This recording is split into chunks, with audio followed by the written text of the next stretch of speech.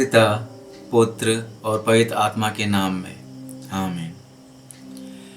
जय मसीह की सभी को। मैं आकाशदीप मरांडी और आज हम पाठ पढ़ेंगे 20 जून शुक्रवार का 11वां सामान्य सप्ताह। संत सिल्वेरियोस। पहला पाठ 2 कुरिन्थियों अध्याय 11 पद संख्या 18 पद संख्या 21 से 30। जब बहुत से लोग उन बातों की डिंग मारते हैं जो संसार की दृष्टि में महत्व रखती है, तो मैं भी वही करूंगा। मैं संकोच के साथ स्वीकार करता हूं कि आप लोगों के साथ इस प्रकार का व्यवहार करने का मुझे साहस नहीं हुआ। आप इसे मेरी नादानी समझे, किंतु जिन बातों के विषय में वे लोग डिंग मारने का साहस करते हैं, मैं भी उन बातों के विषय में वही कर सकता हूं। वे इब्रानी है, मैं भी वही हूं। वे इज़राइली है, मैं भी हूं। वे इब्राहिम की संतान है, मैं भी हूं। वे मसीह के सेवक है।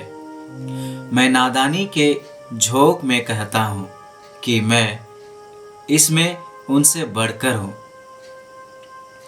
मैंने उनके अधिक परिश्रम किया, अधिक समय बंदीगृह में बिताया और अधिक बार कोड़े खाए।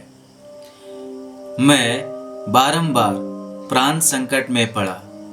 यहूदियों ने मुझे 5 बार एक कम 40 कोड़े लगाए। मैं 3 बार बेतों से पीटा और 1 बार पत्थरों से मारा गया।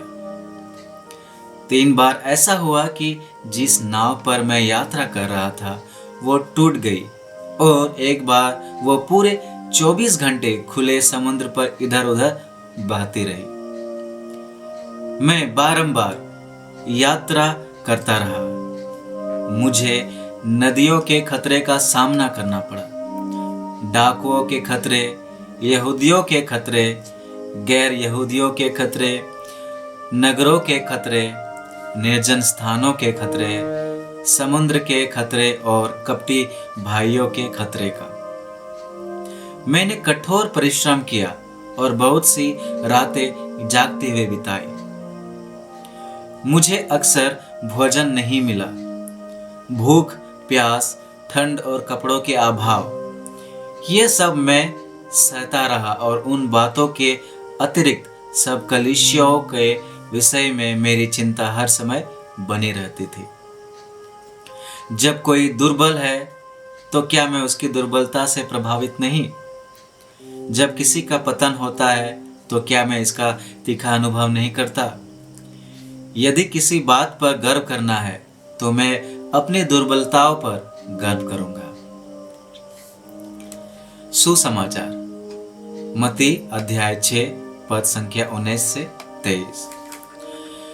पृथ्वी पर अपने लिए पूंजी जमा नहीं करो, जहां मोर्चा लगता है, कीड़े खाते हैं और चोर सेंध लगाकर चुराते हैं।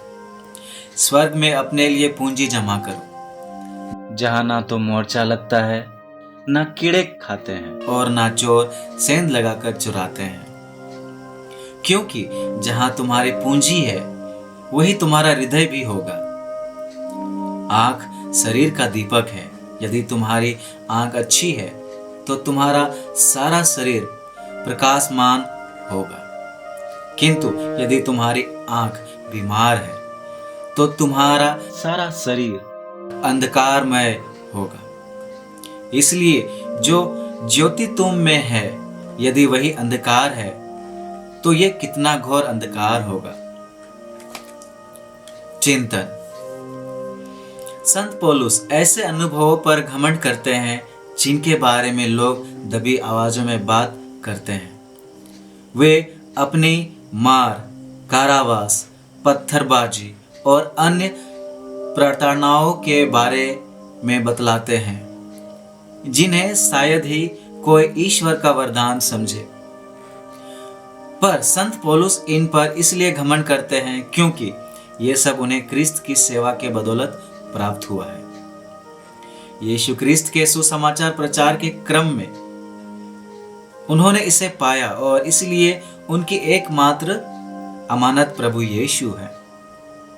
जैसे कि वे फिलिपियों से कहते हैं, मैं प्रभु ईसा मसीह को जानना श्रेष्ठ लाभ मानता हूं और इन ज्ञान की तुलना में हर वस्तु को हानि ही मानता हूं।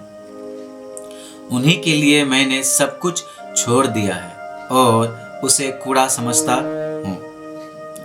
जब यीशु स्वर्ग में अपने लिए पूंजी जमा करने को कहते हैं तो वे खुद को एकमात्र मुक्तिदाता स्वीकारने की सलाह देते हैं। दृष्टांत की भाषा में यीशु ही वे बहुमूल्य रत्न है जो यूखरिस्त द्वारा अपनी बहुमूल्य उपस्थिति हमें प्रदान करते हैं। अनुवाक्य। ईश्वर हर प्रकार की विपत्ति में धर्मियों की रक्षा करता है। जय घोष। हालेलुया। धन्य है वे जो अपने को दीनहीन समझते हैं, स्वर्गराज उन्हीं का है। हालेलुया। पिता, पुत्र और पवित्र आत्मा के नाम में आमीन। ईश्वर को धन्यवाद।